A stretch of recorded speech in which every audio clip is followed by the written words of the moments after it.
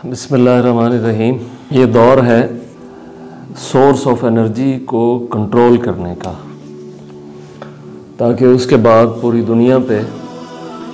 اپنی حاکمیت کو مسلط کیا جا سکے۔ کرونا وائرس اگر ہم اس کی نسبت بندوں کی طرف کریں تو ایسا بھی ہو سکتا ہے کہ اس کا کوئی تجربہ کیا گیا ہو تاکہ فیوچر میں اس کو بایولوجیکل وار میں ایک ویپن کے طور پر یوز کیا جا سکے۔ اب اس میں مختلف ممالک مختلف رائے رکھتے ہیں، کسی پہ الزام دھر رہا ہے، کسی پہ، بہرحال کچھ نہ کچھ حقیقت تو ہے۔ اگر دیکھیں اس کو مذہبی تناظر میں تو اسپیشلی جو بلیورز ہیں یا مذہبی لوگ، وہ اس کو مختلف اینگل سے دیکھ رہے ہیں۔ کوئی اس کو عذاب الہی کہہ رہا ہے، کوئی اسے امتحان کے طور پہ لے رہا ہے، کوئی اسے عذاب کے طور پہ لے رہا ہے۔ لیکن اس کا تعین کیسے ہوگا کہ یہ عذاب ہے یا ابتلاء ہے یا کیا ہے؟ یہ حق صرف شارع علیہ السلام کا ہے کہ وہ وحی الہی کی تائید سے کسی چیز کو کنفرم کر دیں کہ یہ عذاب ہے یا ابتلاء ہے، ورنہ اس میں مختلف احتمال ہو سکتے ہیں۔ کسی کے لیے عذاب بھی ہو سکتا ہے، کسی کے لیے یہ امتحان ابتلاء بھی ہے، اور یہ کچھ انسان دشمن عناصر کا لگایا ہوا پودا بھی ہو سکتا ہے کہ جس کی مدد سے وہ دنیا میں چینج چاہتے ہیں اور ان فیوچر وہ اپنے مقاصد کے حصول کے لیے اسے ایک ہتھیار کے طور پہ استعمال کریں۔ بہرحال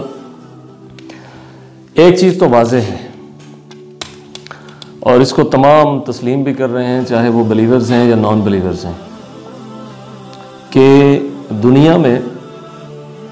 تھوڑے سے وقت میں بھی ایسا ہو سکتا ہے کہ پوری دنیا کو بے بس کر دیا جائے۔ سائنس اور ٹیکنالوجی کی مدد سے انسان نے بڑی ترقی کی ہے اور اپنے لیے بڑا کچھ بنایا ہے، بلکہ اس نے نیچر کو چیلنج دیا ہے کہ میں خود اپنی دنیا آپ بنا بھی سکتا ہوں اور چلا بھی سکتا ہوں۔ تو یہ انسانیت کو جواب ہے کہ اللہ تعالیٰ چاہے تو تھوڑے ہی وقت میں پوری انسانیت کو بے بس کر سکتا ہے۔ انسان کو عاجز اور فقیر رہنا چاہیے، جیسا کہ قرآن مجید میں ہے کہ یا ایھا الناس انتم الفقراء الی اللہ، اے لوگو تم اللہ تعالیٰ کی بارگاہ میں، اس کے دربار میں فقیر ہو۔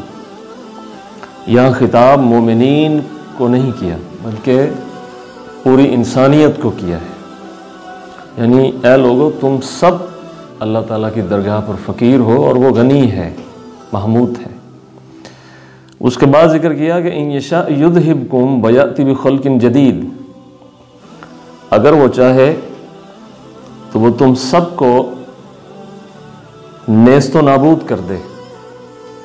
اور پھر ایک نئی مخلوق اس کو پیدا کرے اور یہاں بسا دے۔ تو وہ جیسا چاہتا ہے ویسا کرتا ہے اور ویسا ہوتا ہے۔ تو کرونا وائرس کے تناظر میں تمام انسانیت کے لیے، چاہے وہ بلیورز ہیں یا اس وقت نان بلیورز ہیں، ان کے لیے ایک پیغام ہے کہ سپر نیچرل ایک جو پاور ہے، جو طاقتوں کی طاقت اور قوتوں کی قوت ہے، اصل میں سب سے بڑی کنٹرولنگ اتھارٹی اسی کے پاس ہے۔ اور انسان لاکھ پلان کرتا ہے اس جہان کو قابو میں کرنے کے لیے یا اس دنیا کو کنٹرول کرنے کے لیے، لیکن وہ طاقت اس کو کسی ایسی چیز میں مبتلا کرتی ہے کہ اس کے سارے ارادے تبدیل ہو جاتے ہیں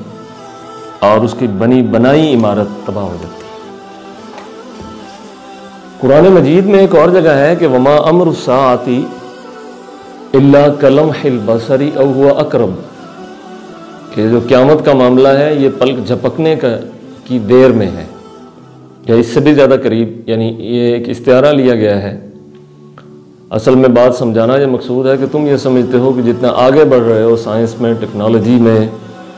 اور مادہ کے اندر ریسرچ کر کے شاید تم واپس نہیں لوٹو گے، یا یہ دنیا ایسے ہی آگے بڑھتی رہے گی۔ تو وہ چاہے تو وہ چند لمحوں میں پوری انسانیت کو سٹون ایج میں واپس لے جا سکتا ہے،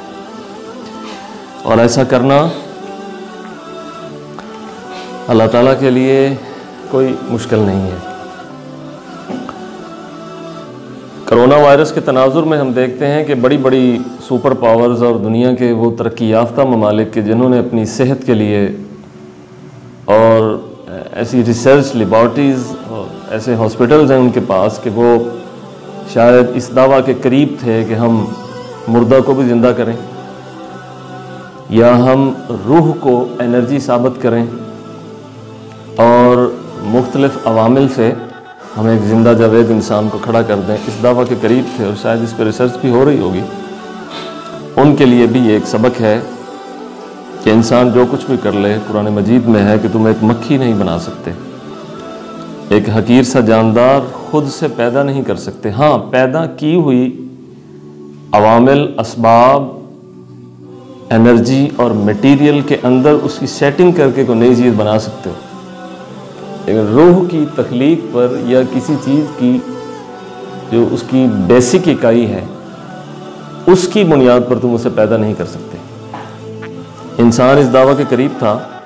تو کرونا وائرس کے تناظر میں اس کے دعوے کو خاک میں ملا دیا گیا کہ تم بندے ہو اور بندہ بندہ ہے، اور رب رب و ان تنزلا والعبد عبد و ان تعرجا۔